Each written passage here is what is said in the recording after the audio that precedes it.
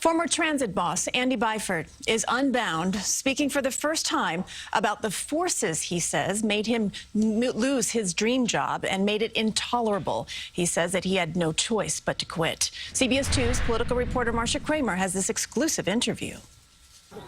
To use a transit analogy, Andy Byford fled the MTA because he felt like he had been tied to the tracks while a train driven by Andrew Cuomo cut his legs off. Towards the end of my tenure, I felt that the job had become somewhat intolerable. In his very first interview since quitting, Byford detailed on CBS and New York's The Point the ways he had been marginalized and ignored by the 800-pound gorilla in Albany. There was a situation where people that worked for me, and even people that worked for people that worked for me, so 2 levels down, were being summoned to be given directions about how the subway or the bus system, mainly the subway, should be run. The directions, Byford said, handed out at the governor's office. I needed to be left to run the system. I found myself being undermined, if I'm honest. Were you being undermined by the governor?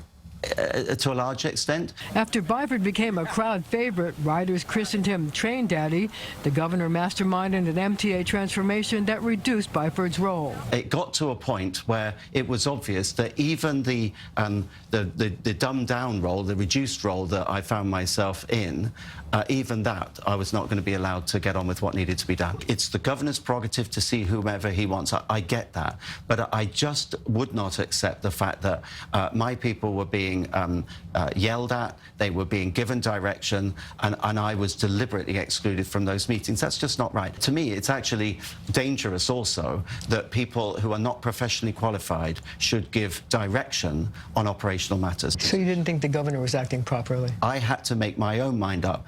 As a person with very strong principles, can I accept a situation where I'm in a safety-critical role and that people are being given direction on operational matters behind my back? At a late afternoon news conference, Governor Cuomo fired back, arguing that the guy he brought in to fix the subways was too low on the MTA management totem pole for him to work with. I didn't work with Andy Byford.